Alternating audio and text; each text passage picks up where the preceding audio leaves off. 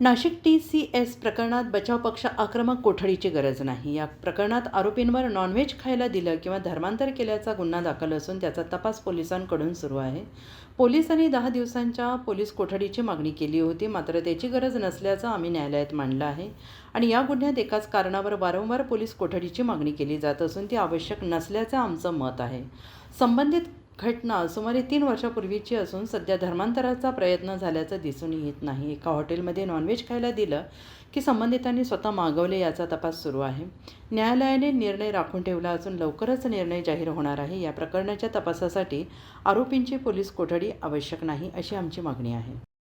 जर पाहिलं तर युक्तिवादही जवळपास 1 तासापेक्षा जास्त वेळ त्या ठिकाणी सुरू आहे. आज न्यायालयामध्ये 4 आरोपी हजर केले होते. त्या 4 आरोपींतर्फे वेगवेगळे वकील असल्यामुळे आज थोडासा युक्तिवाद जास्त वेळ चालला. तसंच आज प्रभारी न्यायालय होतं, ते नेहमीचं न्यायालय नव्हतं, त्यामुळे प्रभारी न्यायालयाला पूर्ण फॅक्ट सांगणं थोडंसं गरजेचं होतं. त्यामुळे युक्तिवादाला वेळ लागला, दुसरं काही कारण नाही आहे. आज न्यायालयासमोर आरोपी हजर केल्यावर पोलिसांनी 10 दिवसांची पोलीस कोठडी मागण्याचा रिपोर्ट दिला आहे. त्याच्यावर सरकार पक्षाचा आणि आमचा युक्तिवाद झालेला आहे. युक्तिवादामध्ये आम्ही पोलीस कस्टडी देण्याजोगी काही कारणं नाही आहेत याबद्दल आमचं मत मांडलं आहे.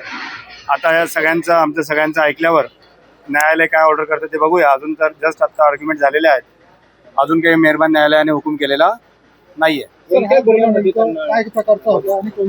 आज ज्या गुन्ह्यामध्ये दाखल करण्यात आला होता त्यातला जो फिर्यादी आहे तो पुरुष आहे. आजचा जो गुन्हा आहे त्यात पुरुष फिर्यादी आहे. तो गुन्हा रजिस्टर नंबर 163/2026 आहे. याच्यामध्ये त्याचे आरोप होते की बा मी तिथे कामाला आहे, मी यांच्यासोबत काम करत होतो आणि मला हे धर्माबद्दल सांगतात, इथपर्यंतच आरोप आहे. यापेक्षा वेगळं काही नाही. काही नॉनव्हेज खाऊ घातलं होतं असा प्रकार होता, त्या संदर्भात असा एक आरोप आहे की बा मला एकदा हॉटेलीत नेलं होतं आणि नॉनव्हेज खाल्लं होतं. आता ते खाल्लं होतं का खाऊ घातलं होतं हे तर आज नाही कोणी सांगू शकत. 3 वर्षानंतर फिर्यादी म्हणतोय. धर्मांतराचा प्रयत्न झालेला होता असं फिर्यादी. धर्मांतराच्या प्रयत्नासारखं मला काही दिसत नाही.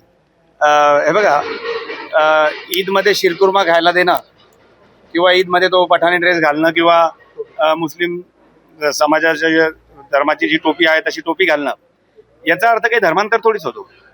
धर्मांतरासाठी जी धार्मिक प्रक्रिया केली जाते ती केल्याचा काहीच आरोप नाही आहे आणि धर्मांतरणाचा कायदा महाराष्ट्रात नाही आहे. हिंदी में